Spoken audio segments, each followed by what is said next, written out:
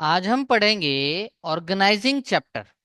पिछले लेक्चर में हमने प्लानिंग चैप्टर को कंप्लीट समझ लिया था।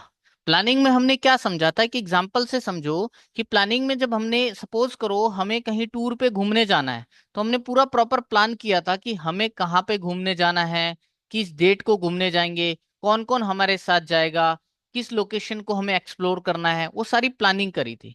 अब ऑर्गेनाइजिंग मीन्स जो प्लानिंग वर्क था उसको एक्शन में लेकर आ रहे हैं।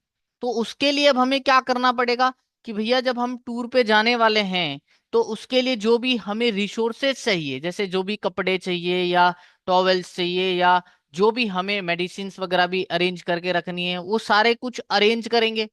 जो जो बंदा जाएगा उन उन बंदों के साथ कांटेक्ट करेंगे, उनको बुलाएंगे, उनको भी अवेलेबल कराएंगे, है ना। एक पर्टिकुलर प्लेस डिसाइड करेंगे कि यहाँ से सब कोई चलेंगे, है ना। तो अब उसको हम क्या कर रहे हैं, एक्शन में लेके आ रहे हैं, वही क्या है, ऑर्गेनाइजिंग। ठीक है, एक एग्जांपल से और समझो। मान लो रेस्टोरेंट के अंदर क्या होता है, आप फूड बनाकर देते हो कस्टमर को। कस्टमर को हम क्या देंगे जी, फूड बनाकर देंगे। तो अब देखो, कस्टमर को जब आप फूड सप्लाई करने जा रहे हो, ये आपका गोल है, तो इस गोल को हासिल करने के लिए चीजें भी तो बहुत सारी करनी पड़ती हैं। आपको जो फूड इंग्रेडिएंट्स चाहिए, जैसे वेजिटेबल्स कौन लेके आएगा, है ना। और जो भी आपके इक्विपमेंट्स है, जैसे यूटेंसिल्स वगैरह, बर्तन वगैरह है, इसकी साफ सफाई है, फूड को पकाना है यानी प्रिपेयर करना है। तो काम जितने भी आपको दिख रहे हैं, इन सभी काम को सबसे पहले तो अपन को क्या करना पड़ेगा, जो भी बर्तन है, यूटेंसिल्स है, और जो इनको पकाएगा उनको अरेंज करना पड़ेगा। अगर बोले तो मटेरियल आप पहले अरेंज करोगे, है ना। मटेरियल को क्या करोगे, अरेंज करोगे। जो भी मटेरियल है, चाहे वो सब्जी है, चाहे आपका बर्तन है ना। मैन को अरेंज करोगे, एक का काम होगा कटिंग करने का। अब जो मैन को अरेंज करने के बाद इनके काम को भी क्या करोगे, डिवाइड करना पड़ेगा कि नहीं, कि भाई तू कटिंग करेगा भैया सब्जी का, तू बर्तनों को साफ करेगा पहले, है ना, तू भैया खाना पकाने का काम करेगा। तो अब जब रिसोर्सेस को आपने अरेंज कर लिया, फिर मैन को आपने अरेंज कर लिया, फिर ये मैन उन रिसोर्सेस को सही टाइम पर सही जगह पर यूज करेंगे। देखो वो काम यहाँ पर हर इंसान को वही काम आपको देना पड़ेगा जो उसकी एबिलिटी को, जो उसके स्किल्स को सूट करती है। तो अब जो इंसान है वो कोऑर्डिनेट करेगा किसके साथ, सामान के साथ, है ना। उनका कोऑर्डिनेशन भी तो डालना पड़ेगा। ह्यूमन एफर्ट तो लग रहा है, प्लस उनका कोऑर्डिनेशन भी जरूरी है। उसका कोऑर्डिनेशन कराएंगे आप कि भैया सही बंदा सही सामान को सही समय पर तैयार कर दे, ताकि हमारा जो कस्टमर को फूड सर्व करने का जो गोल है, ये इफेक्टिवली और एफिशिएंटली अचीव हो जाए। यही था पूरा पूरा ऑर्गेनाइजिंग। अब इसको हम पढ़ते हैं। तो ऑर्गेनाइजिंग फंक्शन प्लानिंग के बाद आता है बेटा जी। जैसे ही आपने गोल और प्लान सेट कर लिए, अब उसको ऑर्गेनाइज करोगे। ऑर्गेनाइज करने के मतलब आप रिसोर्सेज को अरेंज करोगे, जिसमें लोग, मटेरियल, पैसा, ये अरेंज करना है आपको। और इसको इस तरह से वर्क कराना है ताकि जो ऑर्गेनाइजेशन का गोल है वो इफेक्टिवली और एफिशिएंटली हासिल हो जाए। ठीक है, दूसरी मीनिंग को और समझते हैं। देखो, इसको मैंने इलेबोरेट करके आपको अच्छी तरह समझा दिया, लेकिन आपको पढ़ना है। मैंने एग्जांपल्स के अंदर आपको ये बात बता दी है। ऑर्गेनाइजिंग का एक मतलब और है, organising is a process which coordinate human efforts, assemble resources, integrates both human and physical resources. ये वाली बात को समझना। सबसे पहली बात मैंने ऑर्गेनाइजिंग में आपको सिंपल सी बात बताई कि प्लानिंग के बाद आता है गोल। सेट करने के बाद ही बेटा आप ऑर्गेनाइज करोगे। तो उस गोल को अचीव करने के लिए ही तो हम ऑर्गेनाइजिंग करते हैं। अगर गोल ही सेट नहीं हुआ तो ऑर्गेनाइजिंग का क्या काम, स्टाफिंग का क्या काम, डायरेक्टिंग का क्या काम, है ना। तो जब वो गोल आपने सेट कर दिया, नाउ यू आर ऑर्गेनाइजिंग। अब ऑर्गेनाइजिंग में आप क्या कर रहे हो बेटा, कोऑर्डिनेट कर रहे हो ह्यूमन एफर्ट्स को। मतलब जो आपका गोल है, उस गोल को हासिल करने के लिए जो भी जितना भी सारा काम है, उस सारे काम को आपने ह्यूमन के बीच में बांट दिया, as per their skill, as per their ability. वो कोऑर्डिनेट ह्यूमन एफर्ट्स में आ गया। फिर उस ह्यूमन बींग को जो भी रिसोर्सेज चाहिए गोल को पूरा करने के लिए, वो सारा गोल आप, मतलब जो भी रिसोर्सेज है, चाहे मटेरियल है, मशीन है, मनी है, जो भी चाहिए, वो उनको आप अरेंज करके असेंबल करके दोगे। जैसे बेटा जी मैंने फूड प्रिपेयर करने में सबसे पहले ह्यूमन एफर्ट्स लगवाए, कि भैया आपको ये काम करना है, आपको ये काम करना है, आप सब्जी काटोगे, आप बर्तन, तो वो उनको काम उनके डिवाइड कर दिया, उनका रोल उनको समझा दिया, है ना। फिर उनको जो सब्जी चाहिए, बर्तन चाहिए, गैस वगैरह चाहिए, सारे रिसोर्सेज अरेंज करके दिए उनको, है ना। फिर हम क्या कर रहे हैं कि इंटीग्रेट कर रहे हैं दोनों को। इंटीग्रेट करने का मतलब कंबाइन कर रहे हैं पीपल एंड रिसोर्सेज को एक सिंगल वर्किंग सिस्टम में, ताकि हर एक पर्सन राइट टूल को राइट टाइम पे उपयोग कर सकता है बेटा, और गोल को हासिल कर सकता है। ठीक है। तो आपको कभी भी एग्जाम में पूछा जाए कि भैया ऑर्गेनाइजिंग क्या है, तो ऑर्गेनाइजिंग का मतलब आप बताओगे arranging resources, people, material and finances, और इस तरह से काम कराना है कि ऑर्गेनाइजेशन का गोल हासिल हो जाए इफेक्टिवली एंड एफिशिएंटली, मतलब सही समय पर और सही कॉस्टिंग पर। दूसरी बात ये भी लिख देना कि organising is a process which coordinate the human efforts, assemble the resources and integrate both human and physical resources so that the goal can be achieved on a right time। ठीक है। तो ये आप इसको बता देंगे। तो ये पूरा का पूरा मतलब था आपका ऑर्गेनाइजिंग का। अब देखो, मीनिंग आपको क्लियर है। एक बार हम ऑर्गेनाइजिंग के प्रोसेस को समझ लेते हैं, ताकि आप और ज्यादा बेटर तरीके से क्लियर कर पाओ कि ऑर्गेनाइजिंग एक्चुअल में होता क्या है। ठीक है। तो हम यहां पर एक एग्जांपल लेके चल रहे हैं ऑर्गेनाइजिंग के पूरे प्रोसेस को, कि कैसे ऑर्गेनाइजिंग किया जाता है। इसके लिए एक बढ़िया सा सुंदर सा एग्जांपल मैं आपके लिए लेके चल रहा हूं, कि सपोज करते हैं आप समर वेकेशन के अंदर स्कूल के अंदर आप 12 स्टूडेंट हो, और आप क्या कर रहे हो, लाइब्रेरी को अरेंज करने वाले हो। ठीक है जी, लाइब्रेरी को क्या करने वाले हो, अरेंज करने वाले हो। 12 बच्चे हो आप लोग। तो सबसे पहले इन 12 बच्चों में कैसे कैसे लाइब्रेरी को अरेंज किया जाएगा। सबसे पहले भैया लाइब्रेरी को अरेंज करने के लिए काम को पहचाना गया, आइडेंटिफिकेशन हुआ यहाँ पर वर्क का। अब वर्क का आइडेंटिफिकेशन हुआ, जिसमें ये समझ आया कि भैया जो बुक्स लाइब्रेरी की ट्रांसपोर्ट से आ रही है, उसमें से सबसे पहले उन बुक्स को मुझे ट्रांसपोर्ट से अनलोड करके ऊपर लाइब्रेरी में रखना है। हर बुक के जो रैपर्स हैं उसको हटाना है। ठीक है। और रैपर्स हटाकर मुझे साइंस कॉर्नर का साइंस कॉर्नर में बुक रखवाना है, हिंदी का हिंदी कॉर्नर में, इंग्लिश का इंग्लिश कॉर्नर में, और जितनी भी रैपर्स वगैरह होंगे फिर उनको सबको क्लीन करवाना है। तो भैया आइडेंटिफिकेशन कर लिया हमने वर्क का। ठीक है। वर्क का आइडेंटिफिकेशन करने के बाद हमें क्या करना पड़ेगा बेटा, वर्क को डिवाइड करना पड़ेगा। वर्क को क्या करना पड़ेगा, डिवाइड करना पड़ेगा। कि भैया जिसको अनलोड करने का काम आपका है, ठीक है, भैया इसको अनलॉक, जो कवर है, रैपर्स है, इसको हटाना, और उसको सेल्फ, जो लाइब्रेरी के रैक्स होते हैं उस सेल्फ में उनको लगाना, सेक्शन वाइज, डिपार्टमेंट वाइज, ये आपका काम होगा। ये भैया इस टीम का, ये ग्रुप का काम होगा कि सफाई करना, है ना। तो डिवाइड कर देंगे वर्क को। और बेटा जी जो एक जैसा वर्क होगा, जैसे 4 बच्चे लग रहे हैं अनलोडिंग में, तो वो अनलोडिंग डिपार्टमेंट बन जाएगा। सेल्फ में अरेंज करने के लिए 4 बच्चे लग रहे हैं, तो 4 बच्चे का अलग वो डिपार्टमेंट हो जाएगा सेल्फ में लगाने का। क्लीनिंग डिपार्टमेंट, जो सफाई करने वाले 4 बच्चे हैं, तो एक जैसा जो काम कर रहा है उसका अलग डिपार्टमेंट बना देंगे या अलग ग्रुप बना देंगे। ठीक है। ये बना दिया। फिर अब जब बता दिया कि भैया देखो ये काम तुम्हारा है, ये तुम्हारे ग्रुप का काम है, अब हर ग्रुप को क्या कर देंगे जी, हर ग्रुप को रोल जो है उनका, यानी ड्यूटीज और अथॉरिटीज है जो, वो उनको हम बता देंगे कि तुम्हारा ये काम है। और हर एक डिपार्टमेंट का एक हेड दे देंगे, ताकि उन लोगों को क्लियर हो जाए कि भैया तुमको रिपोर्टिंग रिलेशनशिप एस्टेब्लिश कर देना। रिपोर्टिंग रिलेशनशिप एस्टेब्लिश कर देने का मतलब हर ग्रुप को ये पता चल जाएगा बेटा कि भैया तुम अपना काम कंप्लीट करने के बाद तुम इसको रिपोर्ट करोगे, है ना। तुमको कोई प्रॉब्लम होगी तुम इससे पूछोगे। तो हर एक डिपार्टमेंट में ऐसा काम कर देंगे जिससे कोई कंफ्यूजन ना रहे, और कोई भी बंदा एक जैसा काम 2 बंदे ना कर दे, है ना। मतलब एक ग्रुप भी सफाई का कर रहा है तो दूसरा ग्रुप भी सफाई का काम ना कर रहा हो, क्योंकि यहाँ रोल क्लियर है बेटा, काम को तरीके से बांटा गया है। तो सेम नेचर का वर्क कोई भी रिपीट नहीं करेगा 2 ग्रुप मिलकर, है ना। तो भैया ये तुम्हारा पूरा ऑर्गेनाइजिंग का काम होने वाला है। ठीक है जी। तो यहाँ पर हमने समर में यही काम किया। तो काम को पहचाना, तो देखो ये काम है। अब हर एक स्टूडेंट को क्या करना है, डिवाइड कर देना टास्क, ग्रुप फॉर्म कर देना, असाइन कर देना ड्यूटीज, और रिपोर्ट किसको करना है वो उनको बता देना है। तो 4 स्टेप पे हम काम करने वाले हैं ऑर्गेनाइजिंग प्रोसेस में। तो सबसे पहला स्टेप मैंने यही बताया बेटा, identification and division of work.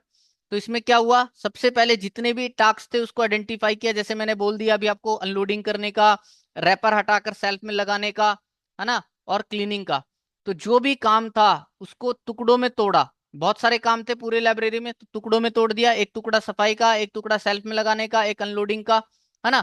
इससे क्या हो गया, काम को क्लियरली बांट दिया कि तेरा ये काम, तेरा ये काम। इससे क्या हुआ बेटा, एक बंदे पर लोड नहीं पड़ा, सब पे काम बढ़ गया। और जब एक टीम एक जैसा काम कर रही है, सफाई वाले सफाई का ही काम कर रहे हैं, सेल्फ में लगाने वाले सेल्फ में लगाने का काम कर रहे हैं, तो वो उस काम के एक्सपर्ट बन जाते हैं और स्पीड से काम कर पाते हैं, एफिशिएंसी बढ़ जाती है। और जब काम को बांट ही दिया ना बेटा, देखो तुम काम को मत बांटो, ऐसा क्या होगा कि भैया एक ग्रुप अपने आप सेल्फ में लगा रहा है, दूसरा ग्रुप भी सोच रहा है मैं सेल्फ में लगाऊं, एक सफाई में लग रहा है, दूसरा भी सफाई में लगे जा रहा है, तो डुप्लीकेशन ऑफ एफर्ट्स आ रहा है। एक जैसे काम को कई लोग कर रहे हैं, उसका कोई भी फायदा नहीं हो रहा। तो जब हम काम को आइडेंटिफाई कर लेंगे, डिवाइड कर देंगे, तो स्पेशलाइजेशन आएगा, जिससे स्पीड आएगी, काम में एफिशिएंसी बढ़ेगी, एक पर वर्कलोड नहीं पड़ेगा, काम बढ़ चुका है, और डुप्लीकेशन ऑफ एफर्ट्स नहीं होगा। ठीक है जी। तो काम को पहचाना, और काम को पहचान के अलग अलग काम को आइडेंटिफाई करके सेपरेट कर दिया कि तुम्हारा ये काम, तुम्हारा ये काम। ठीक है जी। अब बेटा जी, डिपार्टमेंटलाइजेशन बनाना। जब हमने काम को डिवाइड कर दिया कि भैया तुम लोग 4 लोग सफाई करोगे, तुम 5 लोग सेल्फ में लगाओगे, तुम 6 लोग अनलोडिंग करोगे, तो अब हमने जब ये काम 5 लोग 6 लोग, तो वो पांचों बंदों को उठाकर एक ग्रुप में डाल दिया, उन पांचों को उठाकर एक ग्रुप में डाल दिया। तो जो सेम नेचर का काम कर रहे हैं, सिमिलर टास्क कर रहे हैं, उसके लिए एक अलग अलग डिपार्टमेंट बना दिया। ठीक है। तो उससे क्या हुआ, अब वो डिपार्टमेंट वही काम करेगा, तो स्पेशलाइजेशन आएगा बेटा। और उस डिपार्टमेंट का साफ करने का काम है, तो उसकी सिर्फ सफाई का ध्यान देना है मुझे, तो सुपरविजन अच्छा हो सकेगा। अगर वो डिपार्टमेंट ये काम भी कर रही है, वो काम भी कर रही है, तो मैं इजिली सुपरवाइज उसको देख रेख अच्छी तरह से नहीं कर पाऊंगा।